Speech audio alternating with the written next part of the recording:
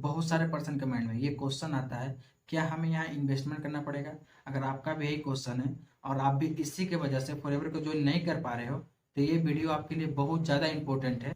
अगर आप फॉरएवर को ज्वाइन करने के बारे में सोच रहे हो या ज्वाइन कर लिए हो, तो इस वीडियो में लास्ट तक बने रहना, तभी आपको सारे क्वेश्चन का आंसर मिल जाएगा। हेलो एवरीवन, मेरा नाम करण है। आई होप आप लोग बहुत बढ़िया होंगे। आप लोग का बिजनेस भी बहुत बढ़िया चल रहा होगा। मैं आपसे एक छोटी सी रिक्वेस्ट करना चाहता हूँ, अगर आप मेरे चैनल पर नए हो तो वीडियो को लाइक करना और चैनल को सब्सक्राइब कर देना बिल्कुल मत जाना। चलिए इसके साथ वीडियो को स्टार्ट करते हैं।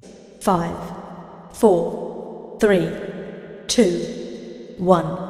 सबसे पहले हम बात करेंगे क्या हमें फॉरएवर में इन्वेस्टमेंट करना पड़ता है। तो इसका आंसर है नो, हमें फॉरएवर में कोई इन्वेस्टमेंट नहीं करना पड़ता है। बट कैसे?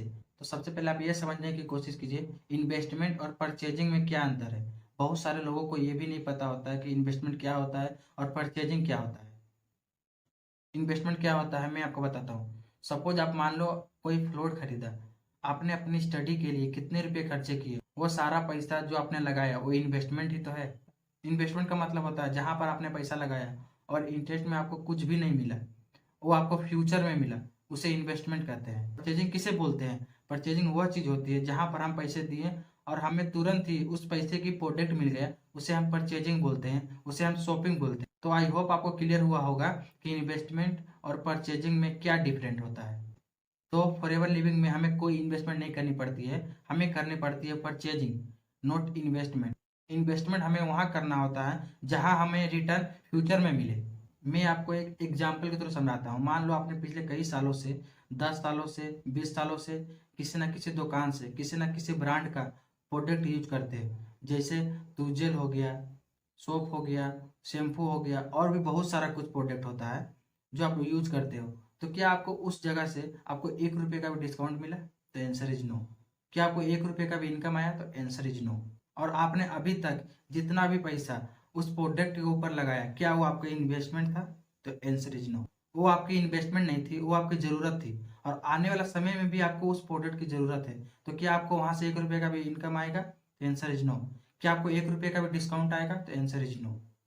जब वही सेम प्रोडक्ट आपको फॉरएवर से खरीदने को बोला जाता है ताकि आपका बिजनेस स्टार्ट हो सके, तो आपको ये क्यों लगता है कि आपको यहाँ पर इन्वेस्टमेंट के लिए बोला जा रहा है?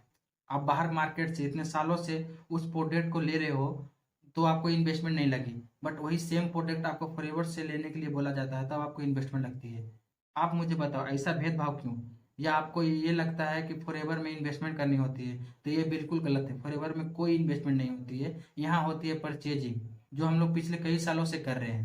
आप यहाँ पर ब्रांड चेंज करते हो, दुकान चेंज करते हो, इस बात को आप अच्छे से समझ लो। कोई इन्वेस्टमेंट नहीं करते हो, आप यहाँ फॉरएवर में परचेजिंग करते हो, और आपको फायदा भी तो है। आप फॉरएवर से प्रोडक्ट लेते हो तो फर्स्ट आपका बिजनेस स्टार्ट होता है, सेकंड आपको क्वालिटी प्रोडक्ट मिलता है, थर्ड आपका हर प्रोडक्ट के ऊपर 5% का डिस्काउंट मिलता है, फोर्थ आपका इनकम भी स्टार्ट हो जाता है। तो आप सोच के देखो कितनी अच्छी बात है। सिर्फ ब्रांड चेंज करने से हमें बहुत कुछ मिलता है। अगर आप मार्केट में काम के लिए जाओगे तो आपको इन्वेस्टमेंट करना पड़ेगा, लेकिन फॉरएवर में कोई इन्वेस्टमेंट नहीं है। आई होप आपको समझ में आ गया होगा कि हमें फॉरएवर में इन्वेस्टमेंट करना होता है या नहीं करना होता है। सो वीडियो अगर आपको पसंद आया हो तो वीडियो को लाइक करके चैनल को सब्सक्राइब जरूर करना। मिलते हैं नेक्स्ट वीडियो में। बाकी मेरी तरफ से ऑल द बेस्ट।